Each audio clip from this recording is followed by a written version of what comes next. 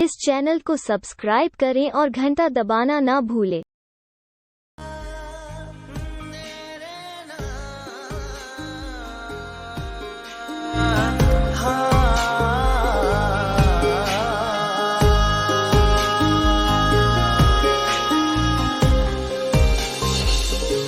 यीशु तेरे जैसा हमारा भी स्वभाव हो जाए, यीशु तेरे जैसा हमारा भी स्वभाव हो जाए।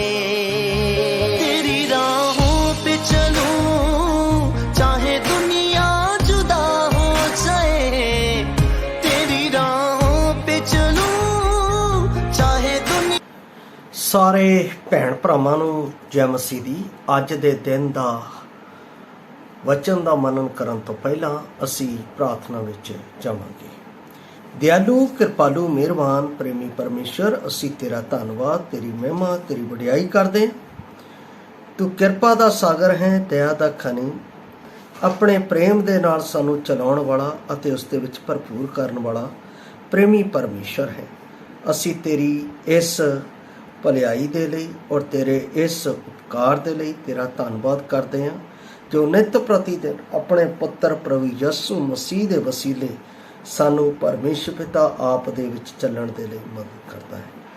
अपने वचन दे नाल अज दे दिन दी सिੱਖਿਆ सानू दे, जिस दे नाल असी अपना जीवन तेरे वचन दे नाल बतीत करदे होया तेरे राज विच पाए जाइए। अजिहा होण दे लई मदद कर। वचन बोलण वाले नूं अते सुणन वालिਆਂ नूं आप दे हत्थां विच सौंपते होए बेनती मुक्तिदाते प्रभु यीशु मसीह दे पवित्र ते समर्थी नाम विच होके मंगदे आमीन। प्यारे अजीज, अज दा जो मेरा वचन है वो है फिलिपियां दी पुस्तक, उसका 4 अध्याय, उसकी 2 आयत। इत्थे उस दे 2 दे आखिरी विच, पर मैं पूरा पढ़ांगा। मैं यहूदिया दे अगे विनती करदा अते संतुखे दे अगे विनती करदा हाँ, भाई ओ प्रभु विच एक मन हो। मेरा जो अज दा विषय है वो है प्रभु विच एक मन होना। इस विषय नूं लैण तो पहला मैं कुछ गल्लां आप दे नाल करना चाहुंदा। कई परिवारां दे विच मैनूं जाण दा मौका मिलदा है, कई फील्ड दे विच मैनूं कई लोकां दे नाल गल करन दा मौका मिलदा है, कई स्कूलां अते कालजां दे विद्यार्थियों नाल गल करन दा मौका मिलदा है, अते कई मजदूरां अते कई जो सरकारी जॉब दे विच ऑफिसर ने उन्हां नाल मैनूं गल करन दा मौका मिलदा है। पर जदों उन्हां दी गल सुणी दी है ਤਾਂ ਉਹਨਾਂ ਦੇ ਵਿੱਚ ਕਿਸੇ ਨਾ ਕਿਸੇ ਦੇ ਪ੍ਰਤੀ ਵਿਰੋਧਾਭਾਸ ਦੀ ਜੋ ਬੋਹ ਹੈ ਉਹ ਨਜ਼ਰ ਆਉਂਦੀ ਹੈ। ਪਰਿਵਾਰ ਦੇ ਵਿੱਚ ਭੈਣ ਭਰਾ ਦੇ ਵਿੱਚ ਏਕਤਾ ਨਹੀਂ ਹੈ, ਪਤੀ ਪਤਨੀ ਦੇ ਵਿੱਚ ਏਕਤਾ ਨਹੀਂ ਹੈ, ਔਰ ਹਰ ਇੱਕ ਦੂਸਰੇ ਦੇ ਉੱਤੇ ਵਿਰੋਧ ਵਿੱਚ ਚੱਲ ਰਿਹਾ ਤੇ ਬੋਲ ਰਿਹਾ। ਉਹਨਾਂ ਦੇ ਵਿੱਚ ਇੱਕ ਮਨ ਦੀ ਕੋਈ ਭਾਸ਼ਾ ਹੈ ਨਹੀਂ। ਜਦੋਂ ਘਰ ਦੇ ਵਿੱਚ ਜਾਂਦੇ ਆ ਤਾਂ ਗੱਲ ਇਹ ਹੁੰਦੀ ਹੈ, ਮੇਰਾ ਪਤੀ ਠੀਕ ਨਹੀਂ ਹੈ, ਮੇਰੀ ਪਤਨੀ ਠੀਕ ਨਹੀਂ ਹੈ, ਮੇਰੇ ਬੱਚੇ ਸਾਡੀ ਨਹੀਂ ਸੁਣ ਰਹੇ, ਇਸ ਤਰ੍ਹਾਂ ਦੀਆਂ ਗੱਲਾਂ। ਸਕੂਲਾਂ ਕਾਲਜਾਂ ਦੇ ਵਿੱਚ ਚਲੇ ਜਾਓ ਜਾਂ ਉਹਨਾਂ ਦੇ ਨਾਲ ਗੱਲਾਂ ਕਰੋ, ਮੇਰਾ ਦੋਸਤ ਮੇਰੇ ਨਾਲ ਧੋਖਾ ਦੇ ਰਿਹਾ ਹੈ, ਉਹ ਫਲਾਨਾ ਬੱਚਾ ਅੱਗੇ ਨਿਕਲ ਰਿਹਾ ਹੈ, ਮੈਂ ਇਸ ਤਰ੍ਹਾਂ, ਮੇਰੇ ਦਿਮਾਗ ਕੰਮ ਨਹੀਂ ਕਰਦਾ। ਮੈਂ ਇੱਕ ਮਨ ਦੀ ਸਥਿਤੀ ਦੇ ਵਿੱਚ ਨਹੀਂ, ਬੱਚੇ ਬੋਲ ਰਹੇ ਆ। मजदूर दे कोल जाओ तो वह कहता है मेरा जिहड़ा मिस्त्री है या कोई राज मिस्त्री है या कोई कारपेंटर है जी, वो सानू सही तरीके नाल इस्तेमाल नहीं करता, साडे इदां करदा, इस तरह। उन्हां दे विच भी एक मन दी कोई गल नहीं। सरकारी अफसर कोल चले जाओ या सरकारी कर्मचारी कोल चले जाओ, वो अपने तो वड्डे दे उत्ते ईरखालू हुंदा रहिंदा है। विश्वासियों दे विच भी ये गल्लां नज़र आउणियां शुरू हो गई। ईवन दैन कई जिहड़े पास्टर्स ने, डीकन्स ने, एल्डर्स ने, उन्हां दे विच भी ये गल्लां नज़र आउंदियां ने। वो भी एक मन ने।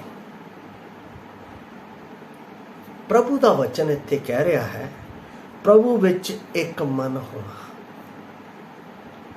ਸਾਰਾ ਸੰਸਾਰ, ਜਦੋਂ ਇਸ ਗੱਲ ਦੀ ਖੋਜ ਕੀਤੀ ਜਾਂਦੀ ਹੈ, ਸਾਰਾ ਸੰਸਾਰ ਪਰਮੇਸ਼ਰ ਤੋਂ ਦੂਰ, ਪਰਮੇਸ਼ਰ ਦੇ ਵਿਰੋਧ ਵਿੱਚ ਹੈ। ਉਹ ਪਰਮੇਸ਼ਰ ਨਾਲ ਇੱਕ ਮਨ ਨਹੀਂ। ਹੁਣ ਪਰਮੇਸ਼ਰ ਦੀ ਯੋਜਨਾ ਇੱਥੇ ਹੈ ਕਿ ਮਨੁੱਖ ਅਤੇ ਪਰਮੇਸ਼ਰ ਇੱਕ ਹੋ ਜਾਣ। ਪਰ ਹੋਣਾ ਕਿੱਦਾਂ? ਇਹ ਯੋਜਨਾ ਕਿੱਦਾਂ? ਇਸ ਦੇ ਲਈ ਪ੍ਰਯਾਸ ਕੀ ਹੈ? ਇਸ ਦੇ ਬਾਰੇ ਮੇਰੇ ਅਤੇ ਆਪ ਦੇ ਕੋਲ ਪਰਮੇਸ਼ਰ ਦਾ ਦਿੱਤਾ ਹੋਇਆ ਇਹ ਸੱਚਾ ਵਚਨ ਹੈ, ਜਿਹੜਾ ਮੈਨੂੰ ਇਸ ਗੱਲ ਦੀ ਏਕਤਾ ਵਿੱਚ ਲੈ ਕੇ ਆ ਸਕਦਾ ਹੈ। ਉਹ ਸਾਨੂੰ ਇੱਕ ਮਨ ਹੋਣ ਦੇ ਲਈ ਸਾਡੀ ਮਦਦ ਕਰਦਾ ਹੈ। ਬਸ਼ਰਤ ਇਹ ਹੈ ਕਿ ਅਸੀਂ ਇਸ ਵਚਨ ਦੇ ਕੋਲ ਹਾਂ। ਮੈਂ ਸਮਝਦਾ ਹਾਂ ਕਈਆਂ ਕੋਲੇ ਵਚਨ ਪਹੁੰਚਿਆ ਹੈ, ਕਈਆਂ ਨੇ ਸੁਣਿਆ ਹੈ, ਕਈਆਂ ਨੇ ਇਸ ਨੂੰ ਦੇਖਿਆ ਹੈ, ਔਰ ਕਈਆਂ ਨੇ ਇਸ ਦੇ ਉੱਤੇ ਧਿਆਨ ਕੀਤਾ ਪਰ ਚੱਲੇ ਨਹੀਂ। ਪਰ ਅੱਜ ਮੈਂ ਆਪ ਨੂੰ ਇਹ ਸੱਚ ਦੱਸਣਾ ਚਾਹੁੰਦਾ ਹਾਂ ਕਿ ਇਹ ਗੱਲ ਪਰਮੇਸ਼ਰ ਦੇ ਦਾਸ ਪੌਲੁਸ ਨੇ ਕਿਉਂ ਆਖੀ। ਕਾਰਨ ਇਹ ਸੀ ਕਿ ਦਿਲ ਅਤੇ ਪ੍ਰਭੂ ਯਿਸੂ ਦੀ ਗਵਾਹੀ ਦੇ ਲਈ ਕੋਈ ਹੋਰ ਚੀਜ਼ ਇੰਨੀ ਦੁਖਦਾਈ ਨਹੀਂ ਜਿੰਨਾ ਪਰਮੇਸ਼ਰ ਦੇ ਲੋਕਾਂ ਦੇ ਵਿੱਚ, ਉਹਨਾਂ ਦੇ ਵਿਚਾਰਾਂ ਦੇ ਵਿੱਚ ਵਿਸਕੋਟਕ, ਫੁੱਟਾ, ਧੜੇਬਾਜ਼ੀਆਂ ਆ ਚੁੱਕੀਆਂ ਨੇ। ਫਿਲਿੱਪੀਆਂ 2:3 ਦੇ ਵਿੱਚ ਅਸੀਂ ਇਸ ਗੱਲ ਨੂੰ ਪੜ੍ਹ ਸਕਦੇ ਹਾਂ, ਕਿਉਂਕਿ ਉੱਥੇ ਵੀ ਪੌਲੁਸ ਇਸ ਗੱਲ ਨੂੰ ਕਰਦਾ ਹੋਇਆ ਨਜ਼ਰ ਆਉਂਦਾ ਹੈ। ਔਰ ਇੱਥੇ ਉਹ ਕੀ ਕਹਿੰਦਾ ਹੈ 2:3 ਦੇ ਵਿੱਚ, ਮੈਂ ਆਪ ਦੇ ਲਈ ਪੜ੍ਹ ਰਿਹਾ ਹਾਂ। ਕਹਿੰਦਾ ਹੈ, ਧੜੇਬਾਜ਼ੀਆਂ ਅਤੇ ਫੋਕੇ ਘਮੰਡ ਨਾਲ ਕੁਝ ਨਾ ਕਰੋ, ਸਗੋਂ ਤੁਸੀਂ ਅਧੀਨਗੀ ਨਾਲ ਇੱਕ ਦੂਏ ਨੂੰ ਆਪਣੇ ਆਪ ਤੋਂ ਉੱਤਮ ਜਾਣੋ। ਇਹ ਧੜੇਬਾਜ਼ੀਆਂ, ਫੋਕੇ ਘਮੰਡ ਨਾਲ ਕੁਝ ਨਾ ਕਰੋ, ਤੁਸੀਂ ਅਧੀਨਗੀ ਨਾਲ ਇੱਕ ਦੂਏ ਦੇ ਨਾਲੋਂ ਉੱਤਮ ਜਾਣੋ। ਅਸੀਂ ਇੱਥੇ ਕੀ ਪਾਉਂਦੇ ਹਾਂ ਕਿ ਰਸੂਲ ਪੌਲੁਸ ਈਰਖਾ ਅਤੇ ਝਗੜੇ ਅਤੇ ਜੜ ਬਾਰੇ ਦੱਸਦਾ ਹੈ। ਫੋਕਾ ਘਮੰਡ ਸਵਾਰਥੀ ਇੱਛਾ ਅਤੇ ਹੰਕਾਰ ਨੂੰ ਪ੍ਰਗਟ ਕਰਦਾ ਹੈ। ਰਸੂਲਾਂ ਵਿਚਾਲੇ ਝਗੜਾ ਸੀ, ਇੱਥੋਂ ਤੀਕ ਕਿ ਪ੍ਰਭੂ ਦੀ ਮੌਜੂਦਗੀ ਵਿੱਚ, ਕਿਉਂਕਿ ਹਰੇਕ ਚਾਹੁੰਦਾ ਸੀ ਕਿ ਉਹ ਵੱਡਾ ਮੰਨਿਆ ਜਾਵੇ। ਔਰ ਅੱਜ ਵੀ ਬਹੁਤ ਸਾਰੇ ਲੋਕ ਇੱਕ ਦੂਸਰੇ ਤੋਂ, ਚਾਹੇ ਉਹ ਅੱਜ ਪੈਦਾ ਹੋਇਆ, ਉਹ ਕਹਿੰਦਾ ਅਸੀਂ ਉੱਚੇ ਹੋ ਜਾਈਏ। ਚੇਲੇ ਪ੍ਰਭੂ ਤੋਂ ਉੱਚਾ ਹੋਣ ਦੀ ਕੋਸ਼ਿਸ਼ ਕਰ ਰਹੇ ਸੀ। ਪ੍ਰਭੂ ਦੇ ਅੱਗੇ ਇਸ ਗੱਲ ਨੂੰ ਆਪਣਾ, ਇਸ ਗੱਲ ਦੀ ਸੋਚ ਉਹਦੇ ਅੱਗੇ ਰੱਖ ਰਹੇ ਸੀ, ਸਾਡੇ ਵਿੱਚੋਂ ਵੱਡਾ ਕੌਣ? ਜਿਹੜਾ ਜ਼ਿਆਦਾ ਗਿਆਨ ਰੱਖਦਾ ਹੋਵੇ, ਜਿਹੜਾ ਜ਼ਿਆਦਾ ਸੇਵਾ ਕਰਦਾ ਹੋਵੇ, ਜਿਹੜਾ ਜ਼ਿਆਦਾ ਚੌਪਲੂਸੀ ਕਰਦਾ ਹੋਵੇ। ਮੇਰੇ ਪਿਆਰੇ ਭਾਈ ਅਤੇ ਭੈਣ, ਬਾਣੀ 'ਚ ਲਿਖਿਆ ਹੈ, ਪਰਮੇਸ਼ਵਰ ਅਜਿਹਾ ਤੋਂ ਨਫ਼ਰਤ ਕਰਦਾ ਹੈ। ਸ਼ੈਤਾਨ ਨੇ ਤਾਂ ਬਾਗੇ ਅਦਨ ਦੇ ਵਿੱਚ ਇਹੋ ਗੱਲ ਕੀਤੀ ਆਦਮ ਅਤੇ ਹਵਾ ਤੇ। ਪਰਮੇਸ਼ਵਰ ਨੇ ਅਧੀਨਗੀ ਦਿੱਤੀ, ਪਰਮੇਸ਼ਵਰ ਨੇ ਉਹਨਾਂ ਦੇ ਵਿੱਚ ਪ੍ਰੇਮ ਦਿੱਤਾ, ਪਰਮੇਸ਼ਵਰ ਨੇ ਉਹਨਾਂ ਦੇ ਵਿੱਚ ਪਵਿੱਤਰਤਾ ਦਿੱਤੀ, ਪਰਮੇਸ਼ਵਰ ਨੇ ਉਹਨਾਂ ਦੇ ਵਿੱਚ ਇੱਕ ਮਨ ਦੀ ਸੰਗਤੀ ਦਿੱਤੀ।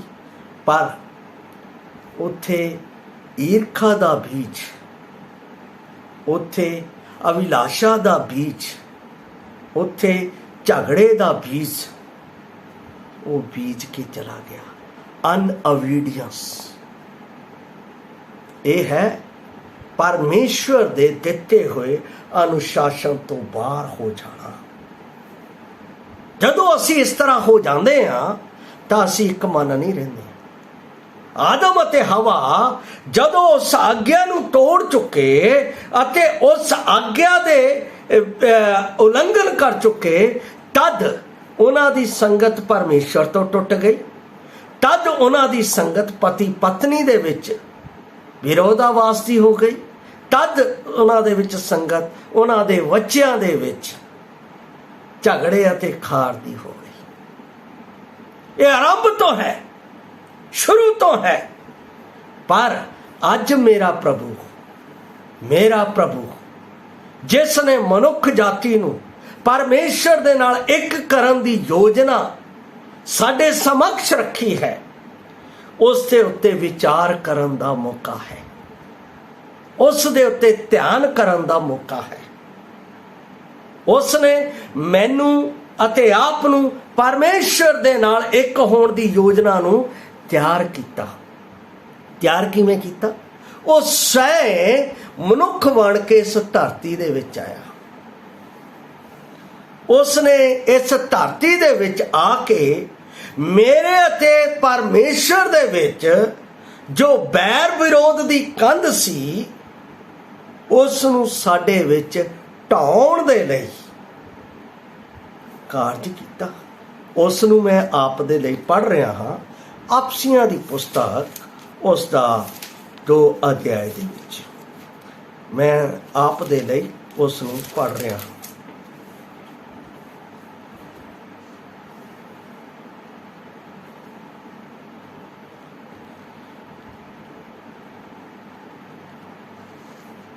ਇੱਥੇ ਲਿਖਿਆ ਹੈ 13 ਦੀ ਆਇਤ ਦੇ ਵਿੱਚ ਮੈਂ ਪੜ੍ਹ ਰਿਹਾ, 13 ਦੀ 2 ਦੀ 13। ਪਰ ਹੁਣ ਮਸੀਹ ਯਸੂ ਵਿੱਚ ਜੋ ਤੁਸੀਂ ਅੱਗੇ ਦੂਰ ਸੋ, ਮਸੀਹ ਦੇ ਲਹੂ ਦੇ ਕਾਰਨ ਨੇੜੇ ਕੀਤੇ ਗਏ, ਕਿਉਂ ਜੋ ਸਾਡਾ ਮਿਲਾਪ ਹੈ, ਜਿਹਨੇ ਦੋਹਾਂ ਨੂੰ ਇੱਕ ਕੀਤਾ ਅਤੇ ਆਪਣੇ ਸਰੀਰ ਵਿੱਚ ਵੈਰ ਵਿਰੋਧ ਵਾਲੀ ਜੁਦਾਈ ਦੀ ਕੰਧ ਨੂੰ ਢਾ ਦਿੱਤਾ।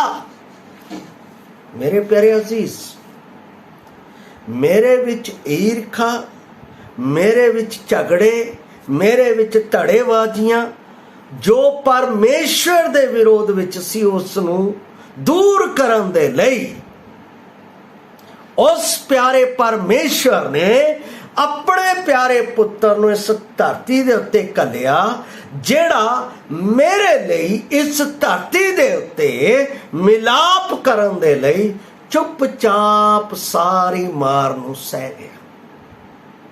ਕਿਵੇਂ? ਉਹ ਵੀ ਮੈਂ ਆਪ ਦੇ ਲਈ ਪੜ੍ਹ ਰਿਹਾ ਹਾਂ। ਪਹਿਲਾ ਪਤਰਸ ਉਸ ਦਾ 2 ਅਧਿਆਏ ਉਸ ਦੀ 21 ਆਇਤ ਤੋਂ ਮੈਂ ਆਪ ਦੇ ਲਈ ਪੜ੍ਹ ਰਿਹਾ ਹਾਂ। ਇੱਥੇ ਲਿਖਿਆ ਹੈ, ਕਿਉਂ ਜੋ ਇਸੇ ਕਾਰਨ ਤੁਸੀਂ ਸੱਦੇ ਗਏ। ਕਿਸ ਲਈ ਸੱਦੇ ਗਏ? ਇੱਕ ਮਨ ਹੋਣ ਦੇ ਲਈ। ਕਹਿੰਦੇ ਨਾ, ਪਰਮੇਸ਼ਰ ਦੇ ਨਾਲ, ਜਿਸ ਤੋਂ ਅਸੀਂ ਝਗੜਾ ਕਰਕੇ ਦੂਰ ਹੋ ਗਏ। ਕਿਸ ਗੱਲ ਦਾ ਝਗੜਾ? ਅਸੀਂ ਉਸ ਦੀ ਦਿੱਤੀ ਹੋਈ ਆਗਿਆ ਦੀ ਉਲੰਘਣਾ ਕਰਕੇ। ਹੁਣ ਉਹ ਫਿਰ ਸਾਨੂੰ ਆਪਣੇ ਪੁੱਤਰ ਪ੍ਰਭੂ ਯਿਸੂ ਮਸੀਹ ਵਿੱਚ ਓਬੀਡੀਐਂਸ ਬਣਾਉਣਾ ਚਾਹੁੰਦਾ ਹੈ। ਇਹਦਾ ਮਤਲਬ ਇੱਕ ਮਨ ਹੋਣ ਦੇ ਲਈ ਪਰਮੇਸ਼ਵਰ ਨੇ ਮੇਰੇ ਅਤੇ ਆਪ ਦੇ ਲਈ ਪਿਆਰੇ ਪੁੱਤਰ ਨੂੰ, ਆਪਣੇ ਪਿਆਰੇ ਪੁੱਤਰ ਪ੍ਰਭੂ ਯਿਸੂ ਮਸੀਹ ਨੂੰ ਇੱਥੇ ਘੱਲਿਆ, ਜਿਸ ਨੇ ਮੈਨੂੰ ਇੱਕ ਕਰਨ ਦੇ ਲਈ ਕੀ ਕੀਤਾ ਹੈ? ਦੁੱਖ ਝੱਲਿਆ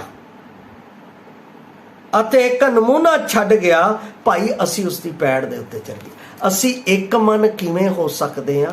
ਉਹਦੀ ਪੈੜ ਦੇ ਉੱਤੇ ਚੱਲ ਕੇ। ਕਹਿੰਦੇ ਉਹਦੇ ਪੁੱਤਰ ਯਿਸੂ ਮਸੀਹ ਦੀ ਪੈੜ ਦੇ ਉੱਤੇ ਚੱਲ ਕੇ ਇੱਕ ਮਨ ਹੋਣ ਦੇ ਲਈ। ਔਰ ਉਹਦੇ ਲਈ ਕੀ ਹੈ? ਕੀ ਲਿਖਿਆ ਉਹਨੇ? ਕਹਿੰਦਾ ਹੈ, ਉਹਦੇ ਮੂੰਹ 'ਚ ਕੋਈ ਪਾਪ ਦੀ ਗੱਲ ਨਾ ਨਿਕਲੀ। ਜਦੋਂ ਯਿਸੂ ਮਸੀਹ ਮੇਰੇ ਵਿੱਚ ਆ ਜਾਂਦਾ ਹੈ ਤਾਂ ਇਹ ਗੱਲ ਖਤਮ ਹੋ ਜਾਂਦੀ ਹੈ। ਫਿਰ ਲਿਖਿਆ ਹੈ, ਮੂੰਹ ਵਿੱਚੋਂ ਵੱਲ ਛਲ ਦੀ ਗੱਲ ਨਹੀਂ ਨਿਕਲਦੀ। ਫਿਰ ਮੈਂ ਆਪਣੇ ਨਾਲੋਂ ਦੂਸਰੇ ਨੂੰ ਉੱਤਮ ਜਾਣਦਾ। ਫਿਰ ਮੇਰੇ ਵਿੱਚ ਝਗੜਾ ਨਹੀਂ ਰਹਿੰਦਾ ਹੈ। ਫਿਰ ਉਹ ਗਾਲੀਆਂ ਖਾ ਕੇ ਗਾਲੀ ਨਹੀਂ ਦਿੰਦਾ। ਇਹਦਾ ਮਤਲਬ ਮੇਰੇ ਵਿੱਚ ਨਮਰਤਾ ਆ ਜਾਂਦੀ ਹੈ। ਭਾਵੇਂ ਉਹ ਕੁਝ ਕਰਦਾ ਰਹੇ ਤਾਂ ਵੀ ਮੈਂ ਇਹ ਕਹੂੰਗਾ, ਪਰਮੇਸ਼ਰ ਉਸ ਦੇ ਉੱਤੇ ਆਪਣਾ ਭਲਾ ਕਰ। ਕਿਉਂਕਿ ਬਾਈਬਲ ਦੇ ਵਿੱਚ ਰੋਮੀਆਂ ਦਾ ਲਿਖਣ ਵਾਲਾ ਲੇਖਕ ਪੌਲਸ ਰਸੂਲ ਜਦੋਂ 12 ਅਧਿਆਇ ਦੀ ਅੰਤਿਮ ਆਇਤ ਦੇ ਵਿੱਚ ਜਾਂਦੇ ਹਾਂ ਤਾਂ ਉੱਥੇ ਕਹਿੰਦਾ ਹੈ, ਤੁਸੀਂ ਬੁਰਾਈ ਤੋਂ ਨਾ ਹਾਰੋ, ਬੁਰਾਈ ਨੂੰ ਭਲਾਈ ਦੇ ਨਾਲ ਜਿੱਤ ਲਓ। ਇਹਦਾ ਮਤਲਬ ਪਰਮੇਸ਼ਰ ਪੁੱਤਰ ਵਿੱਚ ਅਸੀਂ ਕਰ ਸਕਦੇ ਹਾਂ।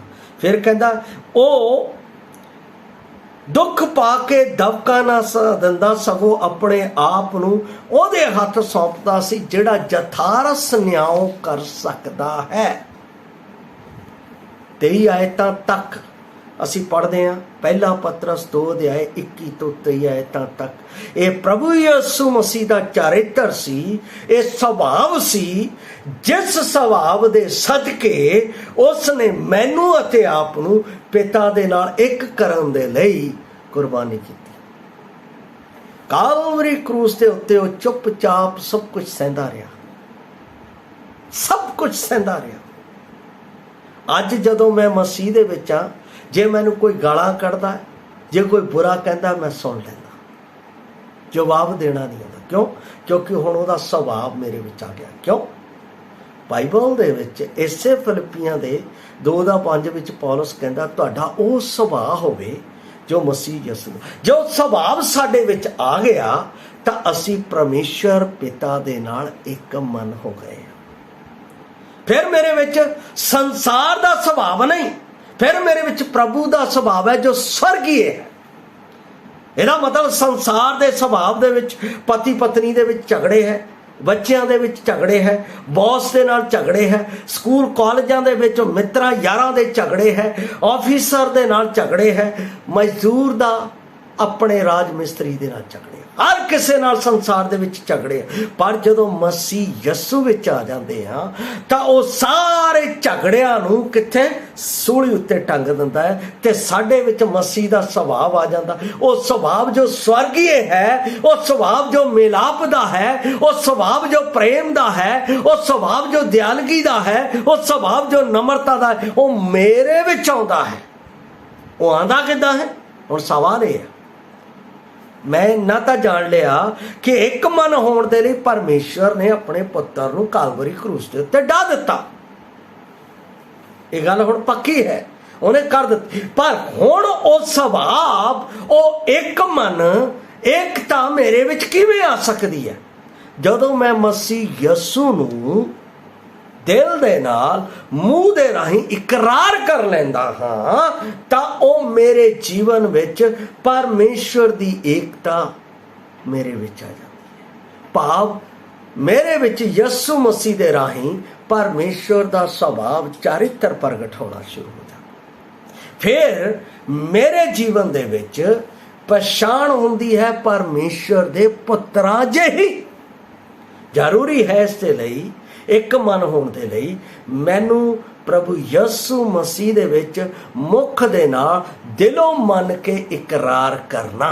ਔਰ ਇਕਰਾਰ ਕੀ ਕਰਨਾ? ਇਹ ਕਿ ਪ੍ਰਭੂ ਯਿਸੂ ਮਸੀਹ ਜੋ ਵਚਨ ਦੇ ਅਨੁਸਾਰ ਇਸ ਦੁਨੀਆ ਦੇ ਵਿੱਚ ਮੈਨੂੰ ਪਿਤਾ ਦੇ ਮਿਲਾਉਣ ਦੇ ਲਈ ਆਇਆ, ਜਿਸ ਨੇ ਮੇਰੇ ਮਿਲਾਪ ਦੇ ਲਈ ਜੋ ਪਾਪ ਦਾ ਕਰਜ਼ ਸੀ ਕਾਲਵਰੀ ਕਰੂਸ ਦੇ ਉੱਤੇ ਆਪਣੀ ਦੇਹ ਦੇ ਨਾਲ ਚੁਕਾਇਆ ਅਤੇ ਇੱਕ ਇੱਕ ਲਹੂ ਦਾ ਕਤਰਾ ਮੇਰੇ ਪਾਪਾਂ ਨੂੰ ਧੋਣ ਦੇ ਲਈ ਬਹਾ ਦਿੱਤਾ। ਪ੍ਰਭੂ, ਮੈਂ ਇਸ ਗੱਲ ਦੇ ਉੱਤੇ ਵਿਸ਼ਵਾਸ ਕਰਦਾ ਹਾਂ, ਦਿਲੋਂ ਵਿਸ਼ਵਾਸ ਕਰਦਾ। ਹੁਣ ਮੇਰਾ ਜੀਵਨ ਪ੍ਰਭੂ ਮੇਰਾ ਨਹੀਂ, ਹੁਣ ਤੇਰਾ। ਇਸ ਨੂੰ ਆਪਣੀ ਇੱਛਾ ਦੇ ਅਨੁਸਾਰ ਚਲਾ। ਜਦੋਂ ਮੈਂ ਸਮਰਪਿਤ ਕਰ ਦਿੰਦਾ ਹਾਂ, ਇਕਰਾਰ ਮੈਂ ਆਪਣੇ ਜੀਵਨ 'ਚ ਕਰ ਲੈਂਦਾ ਹਾਂ, ਤਦ ਪ੍ਰਭੂ ਦੀ ਮੁਕਤੀ ਮੇਰੇ ਵਿੱਚ ਆਉਂਦੀ ਹੈ ਅਤੇ ਉਹਦਾ ਆਤਮਾ ਮੈਨੂੰ ਪਿਤਾ ਦੇ ਵਿੱਚ ਇੱਕ ਹੋ ਕੇ ਚੱਲਣ ਦੇ ਲਈ ਮਦਦ ਕਰਦਾ ਹੈ ਸਵਰਗੀ ਰਾਜ ਵੱਲ, ਜਿੱਥੇ ਉਹ ਵਿਰਾਜਮਾਨ। ਜਿਸ ਦੇ ਲਈ ਅੰਤਿਮ ਗੱਲ ਪ੍ਰਭੂ ਨੇ ਮੇਰੇ ਲਈ ਕਹੀ ਕਿ ਜਿੱਥੇ ਮੈਂ ਹਾਂ ਉੱਥੇ ਤੁਸੀਂ ਹੋਵੋਗੇ। ਇਹਦਾ ਮਤਲਬ ਅਸੀਂ ਉਹਦੇ ਨਾਲ ਇੱਕ ਹੋ ਜਾਵਾਂਗੇ, ਉਸ ਦੇ ਨਾਲ ਇੱਕ ਮਨ, ਇੱਕ ਚਿੱਤ ਹੋ ਕੇ ਉਸ ਦੇ ਸਵਰਗ ਰਾਜ ਦੇ ਵਿੱਚ ਉਹਦੀ ਮਹਿਮਾ ਦੇ ਵਿੱਚ ਪਾਏ ਜਾਵਾਂਗੇ। ਕਿੰਨਾ ਅਦਭੁਤ ਹੈ ਪਰਮੇਸ਼ਵਰ, ਜਿਹੜਾ ਮੈਨੂੰ ਪ੍ਰਭੂ ਦੇ ਵਿੱਚ ਇੱਕ ਮਨ ਹੋਣ ਦੇ ਲਈ ਮੇਰੇ ਜੀਵਨ ਦੇ ਵਿੱਚ ਆਪਣੀ ਯੋਜਨਾ ਨੂੰ ਆਪਣੇ ਪੁੱਤਰ ਦੇ ਰਾਹੀਂ ਸਕਸੈਸ ਕਰਦਾ ਹੈ। ਜੇ ਤੁਸੀਂ ਚਾਹੁੰਦੇ ਹੋ ਕਿ ਸਾਡੇ ਘਰ ਦੇ ਵਿੱਚ ਇੱਕ ਮਨ ਹੋ ਕੇ ਸ਼ਾਂਤੀ ਹੋਵੇ, ਜੇ ਤੁਸੀਂ ਚਾਹੁੰਦੇ ਹੋ ਸਾਡੇ ਸਮਾਜ ਦੇ ਵਿੱਚ ਇੱਕ ਮਨ ਹੋ ਕੇ ਸ਼ਾਂਤੀ ਹੋਵੇ, ਜੇ ਤੁਸੀਂ ਚਾਹੁੰਦੇ ਹੋ ਕਿ ਕਲੀਸਿਆ ਦੇ ਵਿੱਚ ਸਾਡੇ ਵਿਚਕਾਰ ਇੱਕ ਮਨ ਹੋ ਕੇ ਸ਼ਾਂਤੀ ਹੋਵੇ, ਜੇ ਤੁਸੀਂ ਚਾਹੁੰਦੇ ਹੋ ਕਿ ਮੇਰੀ ਪਿਤਾ ਪਰਮੇਸ਼ਵਰ ਦੇ ਨਾਲ ਇੱਕ ਮਨ ਸੰਗਤੀ ਹੋਵੇ ਕਿ ਮੈਂ ਸਵਰਗ ਦੇ ਵਿੱਚ ਉਹਦੇ ਨਾਲ ਰਾਜ ਕਰਾਂ, ਤਾਂ ਪਿਆਰੋ ਆਪ ਦੇ ਲਈ ਮੌਕਾ ਹੈ। ਵਚਨ ਦੇ ਰਾਹੀਂ ਤੁਸੀਂ ਪ੍ਰਭੂ ਯਿਸੂ ਮਸੀਹ ਨੂੰ ਆਪਣਾ ਮੁਕਤੀਦਾਤਾ ਮੰਨ ਲਓ, ਜਿਸ ਦੇ ਨਾਲ ਪਰਮੇਸ਼ਵਰ ਪੁੱਤਰ ਆਪ ਨੂੰ ਪਿਤਾ ਦੇ ਨਾਲ ਇੱਕ ਹੋਣ ਦੇ ਲਈ ਮਦਦ ਕਰੇਗਾ। ਔਰ ਜਦੋਂ ਇੱਕ ਮਨ ਹੋ ਜਾਓਗੇ ਤਦ ਪਰਮੇਸ਼ਵਰ ਦੀ ਸ਼ਾਂਤੀ, ਪਰਮੇਸ਼ਵਰ ਦਾ ਆਨੰਦ, ਪਰਮੇਸ਼ਵਰ ਦੀ ਕਿਰਪਾ ਹਮੇਸ਼ਾ ਆਪ ਦੇ ਨਾਲ ਬਣੀ ਰਹੇਗੀ। ਪਰਮੇਸ਼ਵਰ ਦਾ ਇਹ ਵਾਅਦਾ ਹੈ। ਇਸ ਲਈ ਆਪਣੇ ਆਪ ਨੂੰ ਅੱਜ ਦੇ ਇਸ ਵਚਨ ਦੇ ਨਾਲ, ਜੇ ਤੁਸੀਂ ਇੱਕ ਮਨ ਹੋ ਗਏ ਹੋ ਤਾਂ ਉਸ ਦੇ ਇੱਕ ਮਨ ਹੋਣ ਦੇ ਸਵਰਗੀ ਰਾਜ ਦੀ ਜਿਉਂਦੀ ਆਸ ਵਿੱਚ ਅੱਗੇ ਵਧੋ। ਜੇ ਇੱਕ ਮਨ ਨਹੀਂ ਹੋਏ ਤਾਂ ਇੱਕ ਮਨ ਹੋਣ ਦੇ ਲਈ ਆਪਣੇ ਆਪ ਨੂੰ ਪ੍ਰਭੂ ਦੇ ਸਮਰਪਿਤ ਕਰ ਦਿਓ, ਤਾਂ ਕਿ ਤੁਸੀਂ ਇੱਕ ਮਨ ਹੋ ਕੇ ਜਿਸ ਤਰ੍ਹਾਂ ਮੈਂ ਉਸ ਦੇ ਵਿੱਚ ਆਨੰਦਿਤ ਹਾਂ ਤੁਸੀਂ ਵੀ ਆਨੰਦਿਤ ਹੋ। ਪ੍ਰਭੂ ਆਪ ਨੇ ਇਸ ਵਚਨ ਦੇ ਨਾਲ ਆਸ਼ੀਸ਼ ਦੇਵੇ। ਜੈ ਮਸੀਹ ਦੀ। ਮਹਾਰਾਜ।